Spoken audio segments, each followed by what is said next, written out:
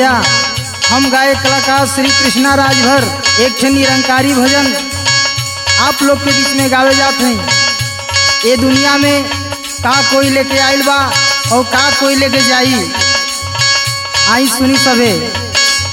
जिसका मुझे था इंतजार वही प्रभु जी आए हैं द्वार। हरि का भजन आज कर लेना है, ना तो जग से नाता टूट जाएगा और माता पिता सब छूट जाएगा।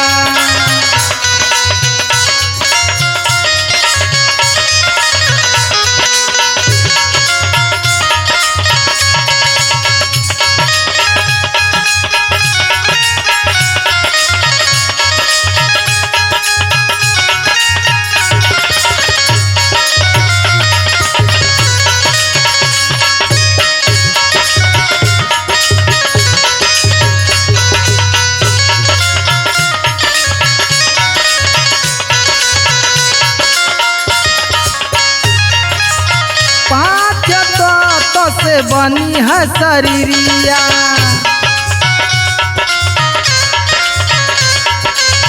देखी ला लागल बाटे माया के बजरिया।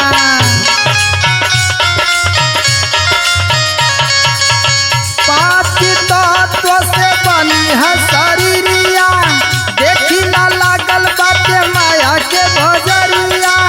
आएगा यमराज जब तुम्हें ले जाएगा, जिंदगी का कर्जा तुम्ही से चुकाएगा।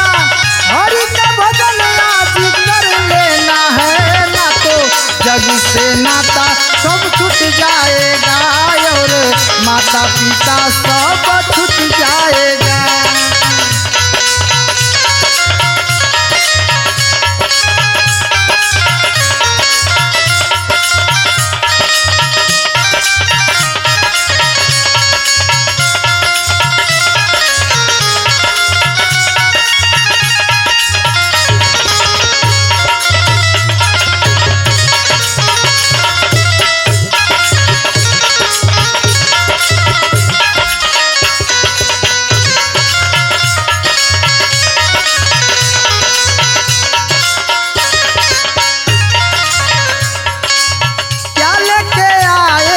क्या लेके जाओगे,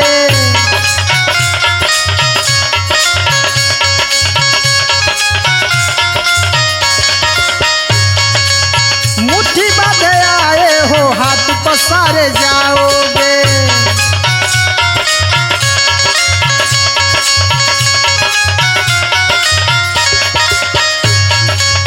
क्या लेके आए हो क्या लेके जाओगे, मुट्ठी बांधे आए हो हाथ पसारे जाओगे। कोई बहाना उस काम नहीं आएगा, हाथ मल के बंदे बहुत पछताएगा। हरि का भजन आज कर लेना है, ना तो जग से नाता टूट जाएगा। सब माता पिता सब छूट जाएगा।